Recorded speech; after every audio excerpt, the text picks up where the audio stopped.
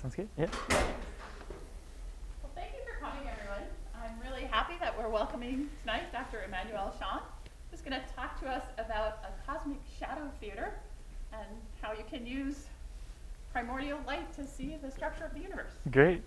Thank you so much. Thank you for the introduction. Thank you. It's really a pleasure to be able to visit in person and meet all of you very soon. I'm delighted to tell you about my research and my work. And in particular today, I'll be talking to you about shadows of galaxies. And if you don't know what a galaxy shadow looks like, simply take that galaxy between two fingers and place it in front of light. So that may sound impossible, but these galaxy shadows are actually one of the most powerful ways to learn about galaxies.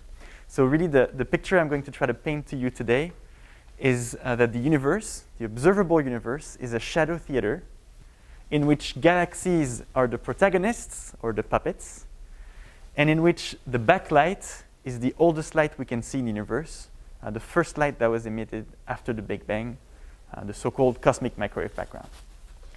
So if none of this made any sense, don't worry.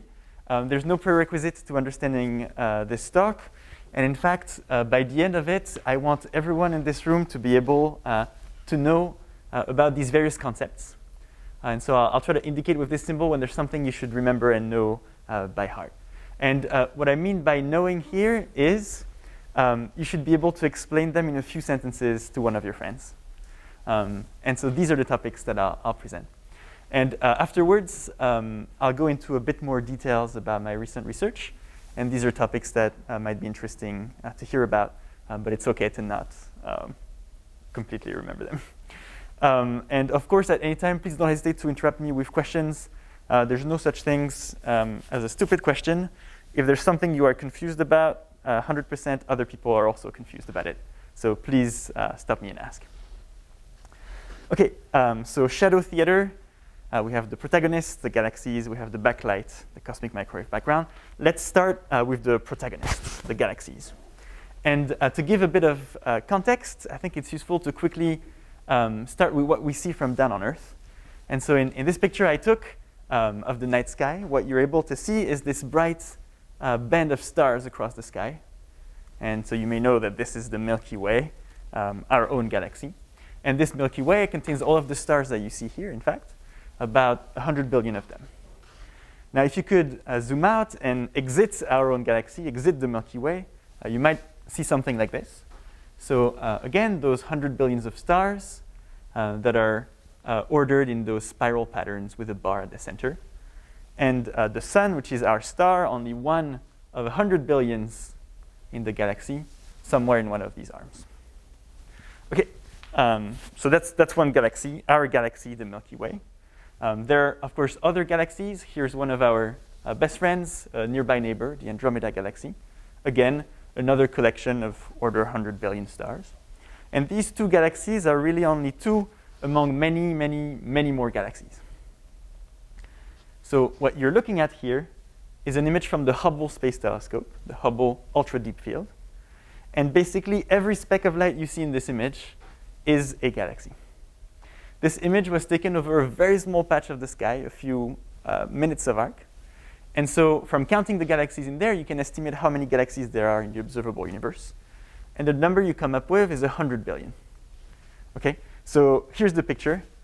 We have in the observable universe of order 100 billion galaxies. Each of them contains of order 100 billion stars. And the sun, our star, is just one of these stars. OK. Now, if you look again at this image, this Hubble Ultra Deep Field, it looks like a 2D image. You only see the positions of all those galaxies on the sky. But actually, for a lot of these galaxies, we have a handle on their distance. We know how far they are. And as a result, this 2D image really is a 3D image. And so you can go through all of those galaxies in the Hubble Deep Field. So if I play it again, you'll see galaxies that are close to us, nearby galaxies. And as we travel through, you start to see more and more distant galaxies. So that 2D image really contains 3D information. And a bit more than that because, as you know, the speed of light is finite.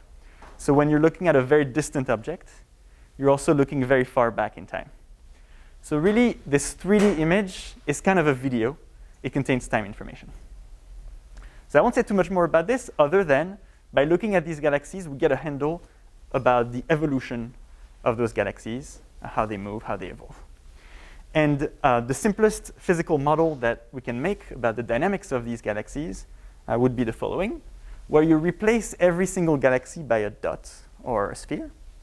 And you ask, how are these spheres, how are these galaxies moving with respect to each other?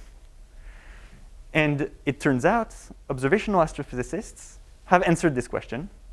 And this is what they see. What they see is a universe in expansion, meaning that if at a given time all those galaxies are very close to each other, as you go forward in time, those galaxies are all moving away from each other. So here they appear smaller on this image. But all the galaxies are moving away from each other. And this is what we mean by the universe is expanding. Okay, so for all practical purposes, the distances between all galaxies are increasing with time. Okay, so this is observational status.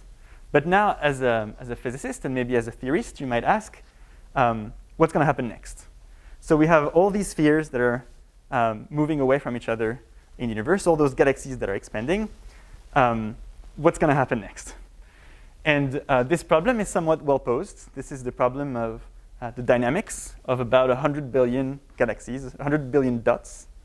They're all moving, and they're all feeling the attraction from all the other dots in this image.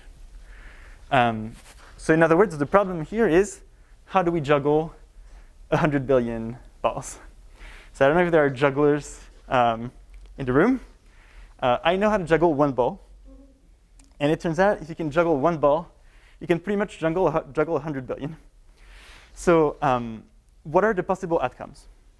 So if you remember, we had that galaxy that was thrown out into space. All the galaxies were moving away from each other. This ball is moving away from the Earth. And we sort of know what's going to happen, right? If I throw this ball, the ball slows down. And so the expansion of the universe slows down. It turns around. The ball goes down, meaning the universe starts contracting. So this is one of the possible outcomes. So the expansion could slow down, and the universe could eventually turn around and collapse. So that would look like this: expands, contract, collapse. A rather painful outcome where all the galaxies bang into each other. But there's actually another outcome, which I won't try to reproduce here, is the outcome where I would throw the ball really, really fast, something like 11 kilometers per second on Earth. If I can throw the ball this fast, the ball will be going fast enough to escape the gravity of the Earth. And so the ball will not turn around and fall back down. It will leave and keep moving away forever. So in that scenario, the universe keeps expanding forever. However, in that scenario, what still happens is that gravity is still pulling on that ball. And so that ball is still slowing down. So while the expansion keeps going on forever, the expansion slows down. So this is possibility number 2. And so if I play it, those balls keep expanding forever, but the expansion slows down and gets ever slower. And so in both cases, what you would expect, in both cases, the expansion must slow down. And that's natural. It's because gravity is always pulling on those balls. And when gravity pulls on you, you decelerate. And it turns out we have actual observational evidence for what happens. And this is what is actually seen in nature. So the expansion keeps going. But not only it keeps going, I don't know if you can see in this animation, but not only it keeps going, it actually accelerates. So this is called accelerated expansion of the universe. And this is somewhat of a shock. It's really unexpected from the 2 scenarios that I presented. And in fact, gravity alone, as we know it, cannot explain it. So that's a big problem. It's the same as if you took that ball that I just threw in the air, you throw it up, and not only it keeps going away forever, but it goes faster and faster and faster. So you would have to assume that there is some sort of force accelerating it, or that there's some sort of energy somewhere that's powering this acceleration. If you don't know what this energy is, you might call it dark energy. This is what we call dark energy. So the universe's expansion is found to be accelerated. This is not possible if gravity alone as we know it is at work. Therefore, there must be something else. We call it dark energy. OK. So this is all I wanted to say about our galaxies, our protagonists. And I wanted to show you one of the problems we have. What is dark energy? If you want to learn more about this, or here's a video of a talk I gave on this topic that might sound very familiar if you've listened to this one.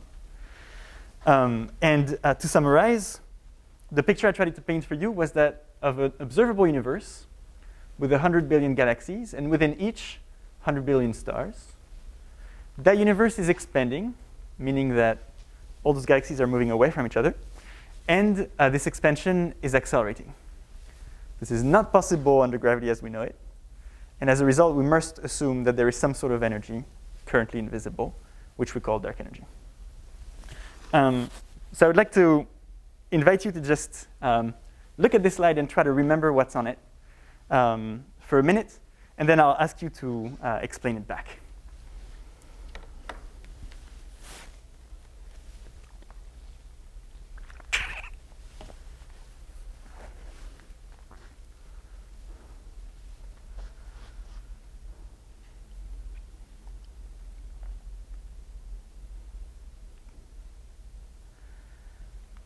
All right, so now in the next minute and a half, what I would like you to do is to find the person closest to you. And one of the two of you, I would like them to explain what was on this slide. Where we are in the universe, what's the universe's expansion, what does it mean? What does it mean that it's accelerated? What's dark energy? So if you could just spend the next minute, and feel free to join by more than two, and explain it to your neighbor like you did that now.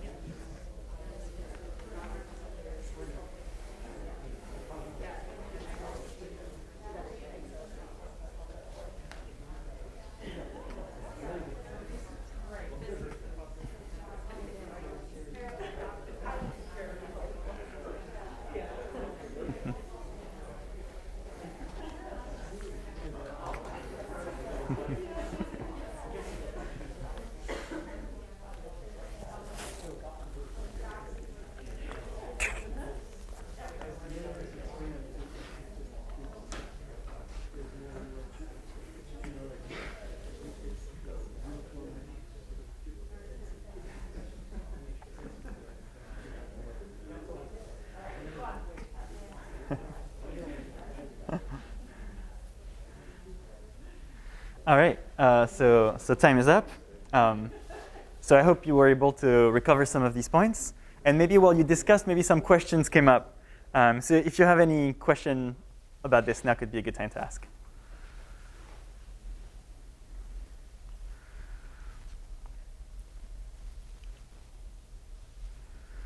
All right, so galaxies. Oh, we have a question. Since you asked for a question. So gravity alone can explain it if you believe in a cosmological constant, right? So, but you seem to have a preference for the dark energy. Right. So yes. So whether you call it cosmological constant, dark energy, which could be a cosmological constant or something else, my point is you do have to invoke one of those in order to solve it. Now, the cosmological constant is indeed the minimal way to solve this problem. And currently, there's a lot of observations to try to poke at this cosmological constant and see if this dark energy differs from it. And currently, we have not found any deviation from it. But there are experimental efforts that I'll point out that try to push this. Great, thank you. Any other question? All right, in that case, I'll move on. This is all I wanted to say about the protagonists in that shadow theater, the galaxies. Now I want to tell you about the backlight, this so-called cosmic microwave background. And to explain what this is and what this picture means, I need to take a step back. And as we discussed, the universe is expanding. So as we go forward in time, all those galaxies move away from each other. And as a result, if I play the video backwards, if I go back in time, all the galaxies are moving towards each other. And so the universe is getting denser and denser when I go back in time. Now, as you may know from pumping up a bike tire, when you compress air, it gets hotter. And the same thing happens in this case. And so what this tells us is that when you go back in time, the universe was in a much denser and therefore much hotter phase. And this is what we call the hot Big Bang. Now, there's a lot of things to be said about the hot Big Bang. It could be a whole lecture. And there's a lot of misconception. The name is a bit of a misnomer. But really what we mean is that the universe was earlier on in a denser, hotter phase. OK, so that's what I mean by the hot Big Bang, worth remembering. And then the other piece of physical insight you need to know to understand this cosmic microwave background is that hot things glow. And that really applies to all hot things. So that applies to all of our bodies that glow in the infrared. That applies to a piece of metal that you've heated up to work on that glows red. That applies to the filament of an incandescent light bulb, and that applies to the sun. Right? So hot things glow, and the universe was initially in a hot phase. So the natural conclusion from this would be that you would expect to see the glow from that hot phase. So you would expect to see this afterglow, this leftover heat from the Big Bang, this relic light, this relic radiation from the Big Bang. And that light is what we call the cosmic microwave background. We call it cosmic because it comes from outer space. It doesn't come from one source within our galaxy or something like this. It comes really from the early universe. It's microwave because we happen to observe it today at this frequency. And it's a background in the sense that it really fills all of space in the observable universe, and it's seen in all directions. And indeed, this cosmic microwave background was predicted and then observed. Actually, these two papers appeared in the same issue, I believe, of the same journal, back to back, where the two authors did not know about each other's work. So the prediction and the detection appeared at the same time. And this is the cosmic microwave background. Now, why is it significant? So why is it significant to be looking at the leftover heat, the afterglow from the Big Bang? Well, because this light has a few interesting properties. So when you're interested in light and studying that light, the first thing you might try to do is look at its spectrum. It's a natural thing we always do when we study light. And the spectrum of that light, so the intensity as a function of the frequency you're looking at, looks exactly like a black body. So the black curve here is the theory expectation for what a black body is, the Planck formula. And the points here with error bars are the measurements from this COBE satellite, where the error bars have been multiplied by 400. And so that spectrum surely is that of a black body. In fact, it's perhaps the best black body we've ever seen.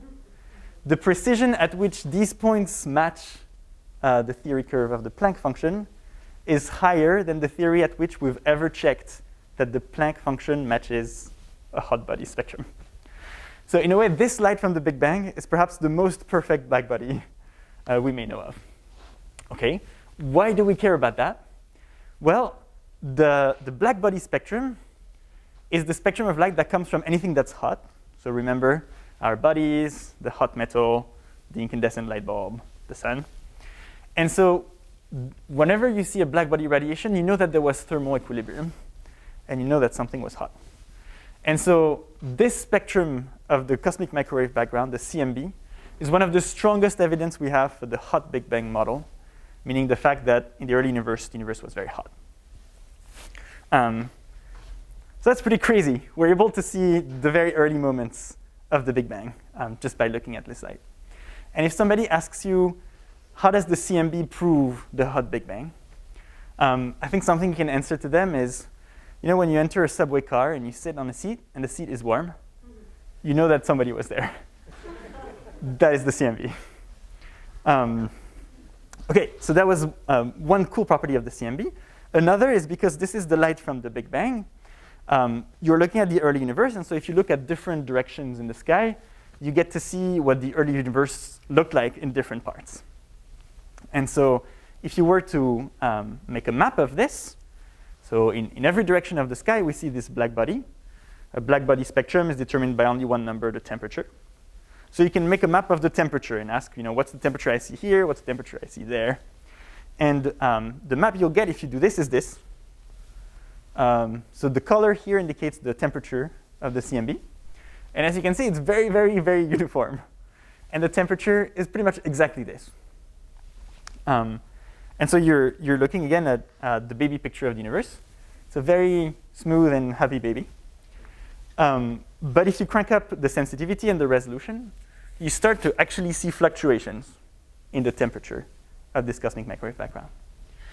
And you might see something like this. So here's the map of the sky. You see this bright red band here. This red band is the same as the Milky Way we talked about earlier, just seen in the microwave. So this just says that the Milky Way emits in the microwave at a much higher level than the CMB is. So let's ignore this. This is not the early universe. This is just our own galaxy. If we could exit our galaxy, we wouldn't have to deal with that band.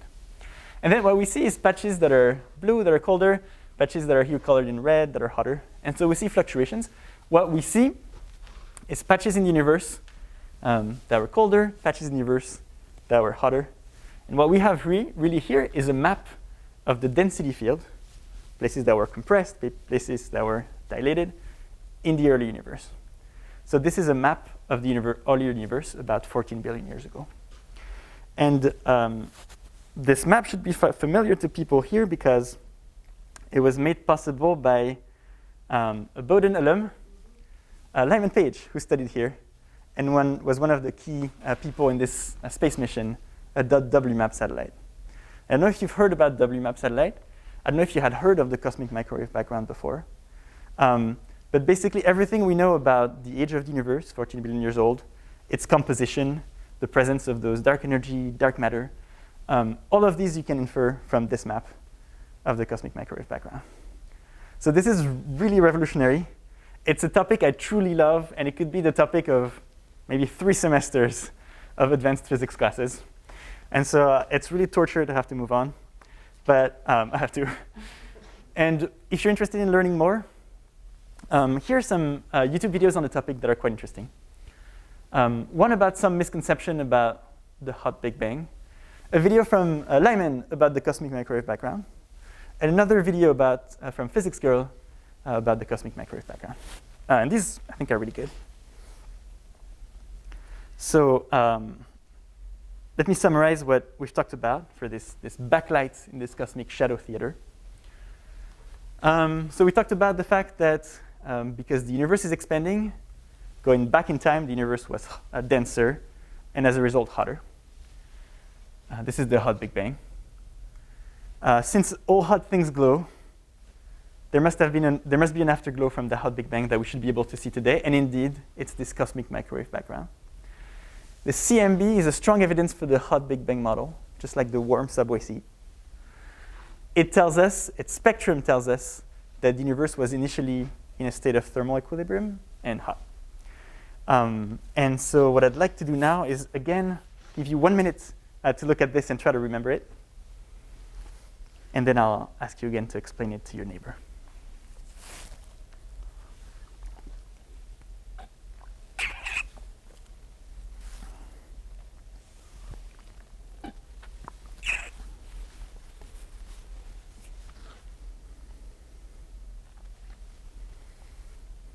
All right. So please, again, turn to your neighbor and see if you can explain all of this.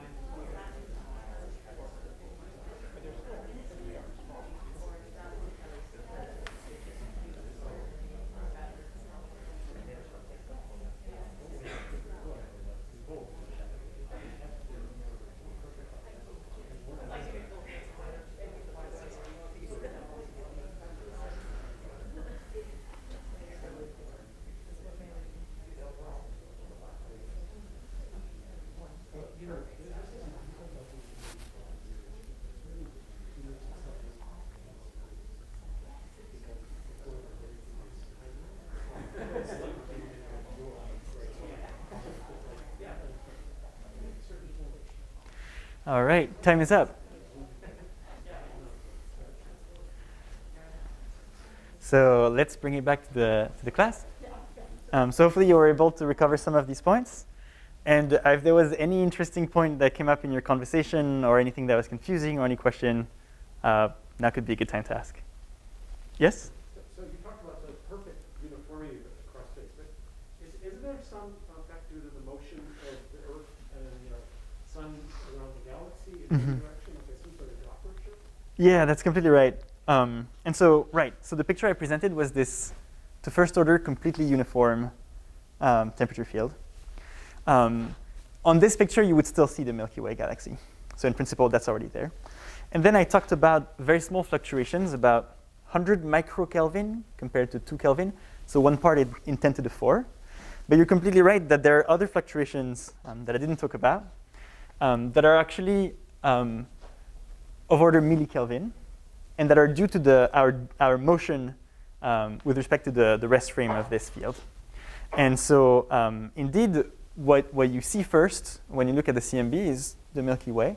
And the second thing you see, which I haven't depicted here because it's been subtracted out, is a dipole. And dipole meaning the CMB looks much hotter in one direction and much colder in one direction at about a millikelvin level.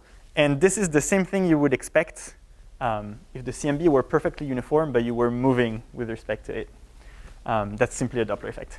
Do you see a variation over the course of the year? Like, does that change 6 months from now? Because we don't quite see that. So the motion with respect to the CMB is a bit faster. So I guess our motion around the sun is something like 30 kilometers per second. The sun inside the Milky Way is something like 200 kilometers per second. And if I remember correctly, our overall motion with respect to the rest frame of the CMB is more like 300 kilometers per second. Also, the way we generate these maps often requires us to scan over more than 6 months or a year. So that effect would go away.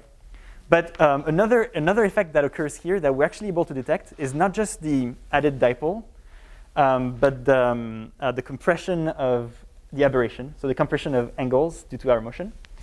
And what that does is it makes all those peaks here a bit smaller in one direction and a bit larger all around. And that coupling we're actually able to detect in Planck data. Great. Thank you very much. Was there any other question? Yes? I'm wondering when astronomers actually observe this light, how can they tell how far away it's coming from? I know you said looking at distant light can help us sort of like how, when the universe is forming, how old it is. Right, right. Like, what is the method to actually tell like where the light is coming from? Right. Yeah, that's a very good question. So when you look at this light, you're looking in a given direction, and you don't really know how far it's coming from. So the only thing you can do there is you just look in each direction. You could, in principle, get a spectrum of the light if you wanted to. And that would still not tell you exactly where it is from.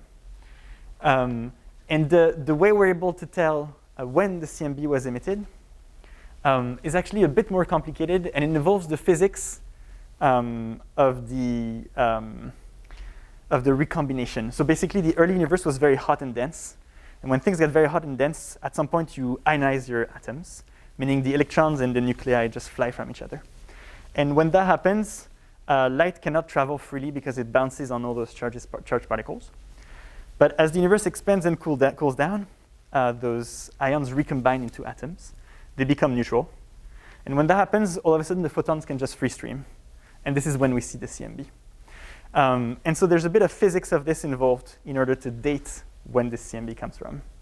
But yeah, if you just look at the spectrum, you're not able to tell exactly where it's from. But yeah, it's a very good question. All right, thank you very much. So I'll move on. We've talked about the protagonists. We've talked about the backlight, the CMB. Now let's put it all together. Starting again from the sun. We're somewhere around it. And as you zoom out, you see all the other stars around us that are part of the Milky Way. Here's the Milky Way, our galaxy. If you keep zooming out, more and more galaxies. And this keeps going for a while. You can keep zooming, and you see how the galaxies are clustered in walls and filaments. And if you continue to zoom out, finally, you see the cosmic microwave background around it all. And so basically, this is what cosmologists study. And apologies for my bias, showing you only the CMB and galaxies. There are many other probes in cosmology that I don't have time to talk about. But cosmology is the discourse or the study of the world, the cosmos. And so it's the study of the universe on the largest observable scales. We talked about recombination and this opaque plasma early on. Outside of this sphere, the universe is so hot and opaque that we're not able to see anything. So this really is the boundary of our observable universe in practice. Cosmology, you shouldn't confuse with cosmetology or with astrology. I do get that a lot. Yeah, so here's a map of the CMB in 3D, the whole observable universe. All of you guys are inside. And outside, who knows, it's not observable. There be dragons. So really it'd be useful if I could just pop it and see what's inside. So that was cosmology. And a lot of the progress recently in cosmology is going towards improving our measurements of the galaxies, how they're clustered in space, patches that are more dense, underdense, and our measurements of the CMB, where we see, again, those patches that are more or less dense. And the reason it's interesting to look at both of them is because the same density fluctuations in the matter density field in the early universe that you see in the CMB, these fluctuations, these overdense and underdense regions, are the ones that will later on give birth to the galaxies. So when you look at the CMB, what you see is the initial conditions of the universe. When you look at the galaxies, you see the present day, or closer to us, conditions. If you can match the initial with the final conditions of the universe, you have successfully performed 14 billion years of evolution under gravity, and you may have the correct model for the universe. So pretty much everything we know about the age of the universe, 14 billion years ago, the composition, this dark energy that we talked about, the dark matter that I won't talk about, comes from matching those initial and final conditions. And this decade is a good one to be working on cosmology, because a lot of experiments are underway. So 2021, you are here. These are large-scale structure experiments, meaning experiments that map the large-scale distribution of galaxies. Dark energy spectroscopic instrument, SphereX, the Rubin observatories. These are experiments that I'm very interested in and have somewhat contributed in. I'll say more about the dark energy spectroscopic instrument. And the key questions that all these experiments want to answer are the following. What is dark energy? You now know what we mean by dark energy, but none of us knows what it is. What is dark matter? And I won't say more about this. But there's also other questions that you might not expect we would be able to answer from cosmology. What are the neutrino masses? Neutrinos are these very light particles. They're almost as abundant as photons, so some of the most abundant particles in the universe, and yet we don't know their masses. Particle physics experiments are underway to try to measure their masses, but cosmology has the potential to be there first and to measure it much more precisely. How? Just through the gravitational pull from those small neutrino masses. This is something I'm really excited about. Other questions are more astrophysical in nature. How did the first galaxies form? How do galaxies evolve? How did they reorganize the universe? I won't say more about this. But all I'll say is that where we are at right now in large-scale structure, astrophysics and cosmology are completely tangled. If we want to make progress on those physical questions, dark matter, dark energy, neutrino masses, we do need to make progress on the astrophysics of galaxy formation. And that's one of the key directions of my research. And then cosmology can answer more questions in high-energy physics, things related to the very early initial conditions of the universe, much earlier than the cosmic microwave background, and what processes generated the fluctuations we see in the CMB. And this is very interesting because those very early instances of the universe are where the universe is so hot and dense that quantum mechanics and general relativity need to be reconciled if you want to predict this. So this is a very important frontier for theoretical physics. So all this, I think, make this field exciting. But one big problem to answering all of these questions is one that I'm trying to solve, and is the following. The fact that all these telescopes are looking at galaxies. And when you look at a galaxy, what you see is the light from that galaxy. But the point I'm trying to make here is that that light is a very biased tracer of the actual underlying mass. And mass is what you care about. So here's an analogy. If you look down at Earth as opposed to looking up at the sky at night, you will see all these lights. And these lights tell you where the cities are. So if you were to make a census of the people on Earth, you'd be like, OK, here's the information I have. Where are the people? And your first guess would be, well, where I see more light, there are more people. And you wouldn't be very wrong in saying this. But the truth, the population looks more like this. And so if you flip between the two, what you see is several things. One, the light is much more concentrated in small dots than the population is. And two, there are patches. There are patches on the map where you don't see too many lights, but there are a lot of people. And the fundamental reason is simple. Lights trace cities, not people. And the same problem occurs in astrophysics when you look up at the night sky. Here's a state-of-the-art simulation of a small patch of the universe. This Illustris Explorer is a website you can go to yourself and play with. And this, what you see here is simulated starlight, so galaxies. And each of these dots is a galaxy. When you put a telescope and you start mapping where the galaxies are, this is what you see. This is the starlight. But if you asked where most of the mass is, this would be this dark matter. This is where the mass is. And so the picture is quite different. And really, if you look at the galaxies, you really only see the tip of the iceberg. So that's a problem, this dark matter.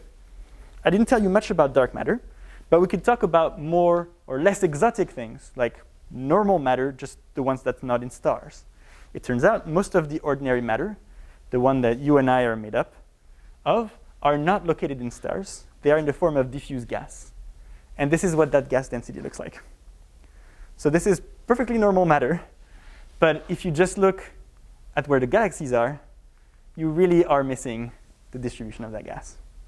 And that's a big problem in cosmology for reasons that I could talk more about. So this was the gas density. The gas has other properties, like here's the gas temperature, here's the gas velocities. And the point I'm trying to make here is that all of these quantities that are invisible in a standard galaxy surveys, we can look at them in this shadow theater picture by backlighting them with the CMB. So this is where the shadow theater really comes into play. It's really like a watermark on a banknote. You just look at the banknote, you don't see anything interesting. You put it in front of a light, all of a sudden it appears. Let's do the same thing with these galaxies. Put them in front of the CMB and look at their shadows to reveal the dark matter, the gas density, temperature, and velocity. Because of time, I might have to move a bit fast on this. But in this image, you may not recognize this galaxy. You've seen it earlier in the talk. This is the Andromeda Galaxy, one of our closest neighbors. And here in pink is a simulated image of what you would see if you could see the gas around it. So let's start with this. Can we see the gas around galaxies? Can we see that the gas is much more extended than the starlight is?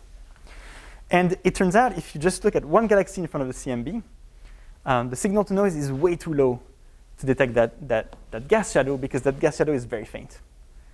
But there's a way around this, and it's the fact that we don't just have one galaxy, we know about many, many galaxies.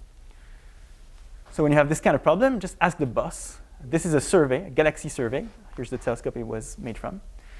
And you are sitting here, and these are the 3D positions of all the galaxies that were observed by this survey.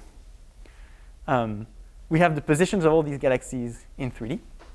And so we can look at the gas shadow for every single one of these galaxies. Every time we look at one galaxy, we don't see the shadow. We look at another galaxy, we don't see the shadow. But we can stack them. We can add all these signals, and the noise averages down. So stacking is a technique that's very often used in image processing. And this is what we did here. So again, here's one galaxy. It fits within the central pixel of that map. Here's a CMB map. And you don't see anything special. It's just noise all over this image. And now I'm going to play this, this video. This is a 4-second video. This is a 2-year project that I led. So you should think of every second as 6 months of my life. And you're adding more and more galaxies all the way to several 100,000. And so as you add more and more galaxies and the noise averages down, all of a sudden, that shadow starts to appear. And what you can see is that while the starlight of that galaxy fits within the central pixel of that image, the gas is way more extended, just like you saw in the Andromeda picture. And so in this paper here, what we did is stack the CMB maps of the position of all those galaxies. And it turns out I didn't tell you the whole story. There are a number of different types of shadows. I don't have too much time to explain, but they tell you different properties of the gas. This is the so-called kinematic Sunyaev-Zeldovich effect. This bright blob tells you about the gas density field. This is the thermal Sunyaev-Zeldovich effect, another type of shadow that tells you about density times temperature or pressure. And this is another type of shadow that gives you, again, the gas pressure, but also shows you the dust emission from that galaxy. So now you have those galaxies, and you have all these different ways to look at it that tell you way more information than just staring at this starlight image. So this is one key application of those galaxy shadow images. This measurement here is the most precise measurement to date of these types of shadows. And it actually tells us a lot about those galaxies. And what it tells us, we inferred in a number of those projects. And the point I want to make here is that there's way more projects to be done on this, way more student projects. And so just to name a few things we've learned from those gas shadows, we've learned that not only the gas is more extended than the starlight, it's more extended even than the dark matter. We're able to measure the temperature profiles as a function of distance from the galaxy. And these gas measurements solve one of the key limiting problems in those galaxy surveys in a way that I could tell you more about if you're interested in. Our student, Emily Moser, also studied technical challenges you have when you compare those measurements to simulations. And finally, we're cranking up these efforts to jointly analyze those shadow measurements with things like lensing, so those galaxy surveys. So there's a lot more to be done, and I think a lot of student projects. And the reason this is going to get more and more interesting, again, is this dark energy spectroscopic instrument, this experiment that has just started. So this is a time-lapse I took in January 2020. It was my last trip before COVID shut down, where we participated in the commissioning of that experiment. And just because of raw number of galaxies this instrument is able to map, we expect a factor of 3 in the precision of this most precise measurement by the end of next year. OK, so these were all shadows of the gas. Tell you about gas density, gas temperature, gas pressure. Another type of shadow is the shadow of the mass. And this is an effect called gravitational lensing. Because of time, I won't be able to go in too many details about how this works.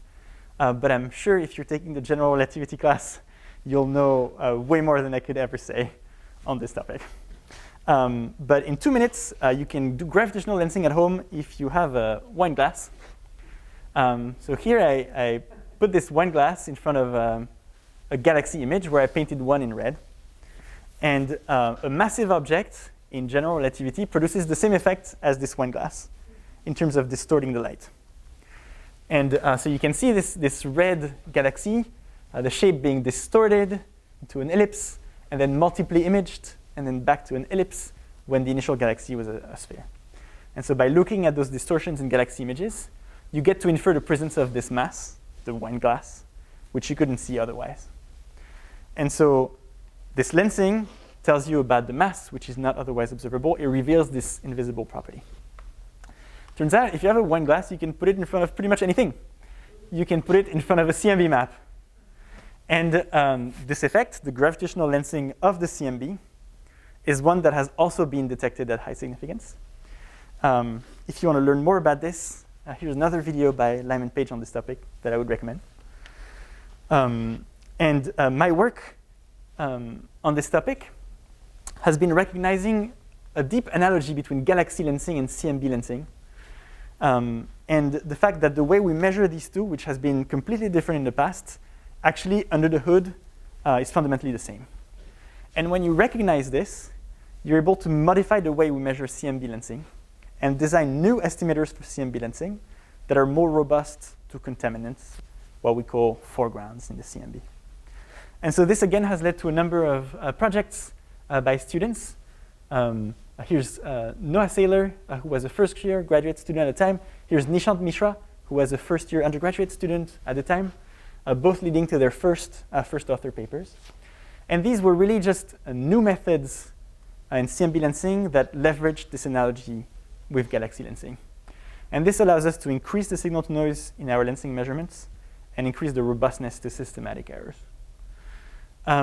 With Abhishek here, Abhishek Maniyar, we explored other applications of those lensing estimators to other observables than the CMB and galaxies, things that are called intensity mapping, but I won't be able to tell you more about. So this is another type of shadow. This is the shadow of the mass, gravitational lensing of the cosmic microwave background. And another reason to be excited about these is that a lot of new CMB experiments are coming online. So you are now here. I am a member of the ACT and advanced ACT, the Atacama Cosmology Telescope, which has been producing some of the highest resolution, highest sensitivity maps of the CMB, which you need for these measurements. And we are ramping up in Simon's Observatory to start in 2023 and basically take over. So this is the site of the Atacama Cosmology Telescope. Simon's observatory will be located here. This is in Chile. And finally, there's another effort, slightly longer term, called CMB S4 or CMB Stage 4.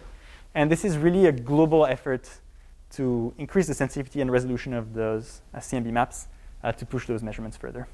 So there's going to be a lot of data to analyze, a lot of student projects on these topics in the next few years. So I'll just show my summary again. So this is the summary for the whole talk. So again, if you remember, we talked about the observable universe, the fact that we have those 100 billion galaxies with 100 billion stars within each of them.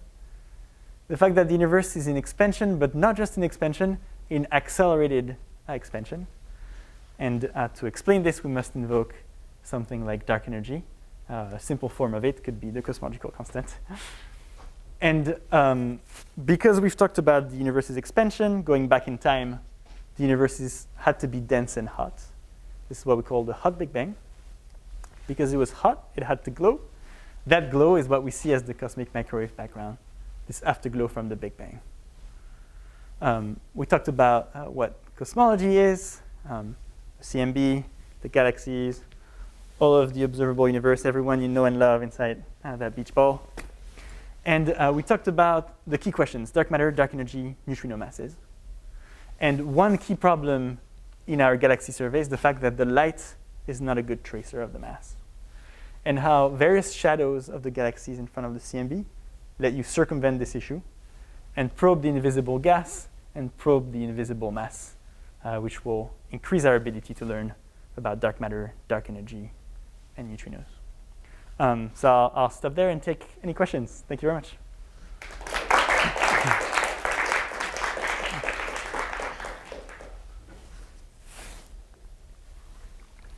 Mm-hmm. I think I'm interested in how you do this shadowing. In my simplified understanding of it, you've got something that's brighter or hotter in front of the darker CMB background. That's right. So I'm having a hard time intuitively doing your shadow. Right. Shadow with no your shadow. What do you call it? Your shadow. Right, right. And actually, so you're completely right. And this is something you can see. So in a sense, these maps are cleaned CMB maps that use multiple frequencies to get rid of exactly what you're talking about. But if you don't do this, if you just take a standard CMB map and you do that stacking, what you see is this. And like you're saying, the galaxy is bright in the microwave. It's hotter than the CMB. And this is this bright spot that you see at the center. The size of that spot here is determined by this inner white circle here, which is our beam or our resolution. And so this bright spot you see here is consistent with being point-like, given our resolution. And that's the emission from the galaxy itself. And so indeed, this is not part of the shadow. This is not something we want to see. That's a contaminant. And but if you look at this image here, that bright spot is gone. And that's because the frequency dependence of the emission from the galaxy is different from the one of the shadow. So these shadows, I didn't say it, but they have a known frequency dependence. Okay, that's the key, I think. So, Mm-hmm.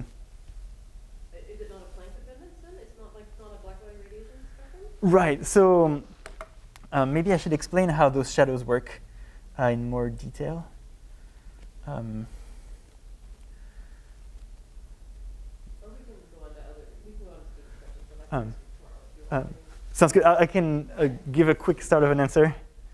Let me unskip, because this is an important point. Those shadows are called those Sunyaev-Zeldovich effects. And really what they are is, here's your galaxy and the gas around it. CMB photons bounce off of the free electrons in that gas. And as they bounce, their energy changes because the electrons are moving. It's really just a Doppler effect. Like when you play tennis, the electron is moving. Oh, sorry, the photon comes in, that's the tennis ball. The electron is moving, that's a racket. You get a Doppler effect. But those motions of these electrons have two sources. One is this kinematic SZ, which is the bulk motion of the gas. The gas is moving, so you have a whole big tennis racket that's going towards you. And the other source of motion is the thermal motion of these electrons. They're moving in random directions, but much, much faster. And when you take a CMB black body and you bounce it off a big tennis racket, you get a new black body. But if you bounce it off randomly moving electrons, you get a spectral distortion with a known shape. That's okay. Right, right. That's enough of a good answer for now. Thank you. Sounds good. Yes? Is what you just described essentially the inverse Compton effect? Exactly. That thermal SZ is really the inverse Compton scattering of the CMB on this hot gas of electrons. Yes? So what are your questions for identifying the neutrino masses? And you sort of alluded to measuring the gravitational attraction from neutrinos themselves directly. That was surprising to me. Could you elaborate on Right. Right. So the neutrinos, we'd like to measure their masses. We know that their mass has to be non-zero because of a phenomenon called Neutrino Oscillation. And that was a big problem in counting neutrinos we see from the sun. And Neutrino Oscillation was demonstrated, and it can only occur if the neutrinos have a non-zero mass. So we know that their mass is non-zero. We have a lower limit. We know it has to be above a certain value. So the sum is 60 millielectron-volt, whatever that means. But what we know is because of that, the electrons have to be at least 0.5% of the total mass in the universe today.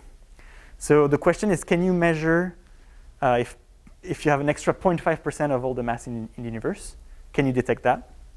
And currently, the answer is no, because 0.5% is smaller than our current uncertainties. But the neutrinos, who are only 0.5% of the total mass, they pull on the rest of the mass. And this gravitational pull modifies the position of the other matter and causes it to be a 4% effect. So we get really lucky. We have this amazing lever arm, a factor of 8. So you have the little neutrinos, but the whole time they're just pulling on the normal matter, and the normal matter moves a little bit. And because there's so much normal matter, at the end of the day, you get this 4% effect. And that's an effect we're able to measure, the fact that the matter is affected at the level of 4%. Or at least we should be able to measure with those new experiments, and that's the goal. Yeah, thank you very much.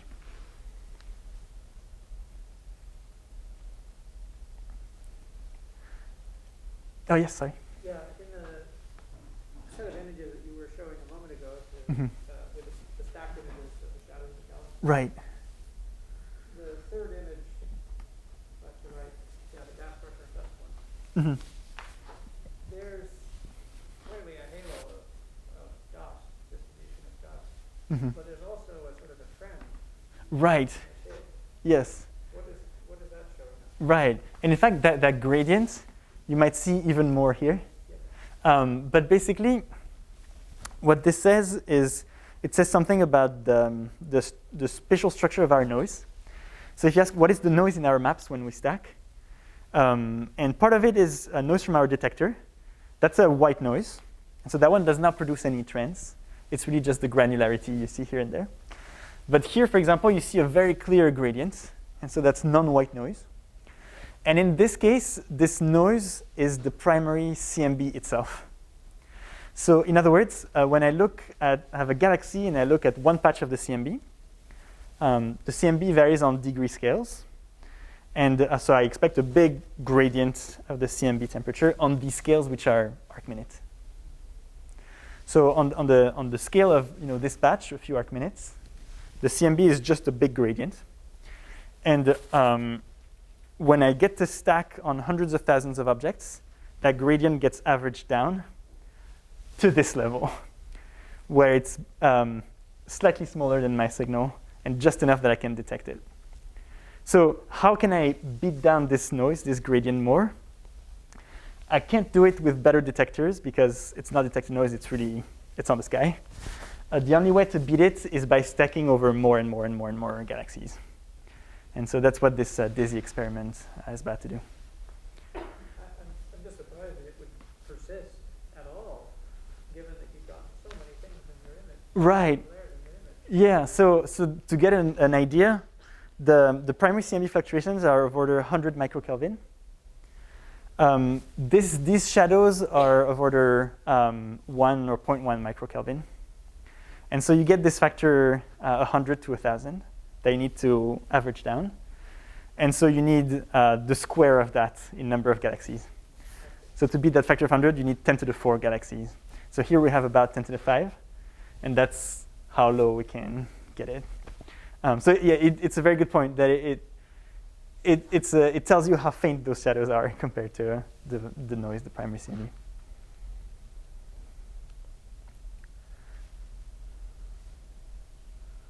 Yes? Now, when you do this stacking of different galaxies, do you correct in the way for the galaxies having different masses, or presumably you don't just take and stack them, right? Right. So in principle, yeah, there's a few things you'd want to correct for. For example, if the galaxy is more massive, you'd expect the gas profile to be bigger. And so if you don't rescale for that, you're smoothing all these profiles. Another effect that's just as important is if the two galaxies have the same mass, but one is closer to you, the profile also looks bigger on the sky. Right now, with the signal to noise we have, it doesn't yet make a difference. In the sense that if we had a good estimate for how massive each galaxies are, if you could tell me perfectly, this galaxy weighs that much and this one weighs that much, I could take that into account and rescale in my stack. And that should increase my signal to noise and give me a better measurement. Currently, the mass estimates we have for individual galaxies are not quite good enough. Because we do have some of those estimates, and we've tried to take them into account in our stack. And so no improvement in signal to noise, which we can turn around into a statement about the quality of those mass estimates. But in the future, that's something we will want to do once the signal to noise gets better. Yeah. And then You want to take one more question, and we'll maybe call it an evening? did you have a question? No. Okay. Can you go back to the slide where you had the academic box for one of Mm-hmm. I think the method for Baryonic oscillation spectroscopy. Mm-hmm. So can you talk a little bit what that means? And is that neutral pan oscillation? Mm-hmm. Right. Yes, that's a very good question. So this is a spectroscopic survey, meaning not only you find where the galaxies are in the sky, but you get their spectrum, which tells you their redshifts and therefore their distance. I don't know if you've heard about redshifts, but it tells you where galaxies are in 3D. And that's why we can put them in the 3D box. Now it's called Baryonic Acoustic Oscillations. And I didn't talk about that, but this is the process that generates these hot and cold spots in the CMB. And it's the same process that gets imprinted on the large-scale distribution of galaxies. And so this experiment's goal was to measure the scale of those hot and cold spots in the distribution of galaxies.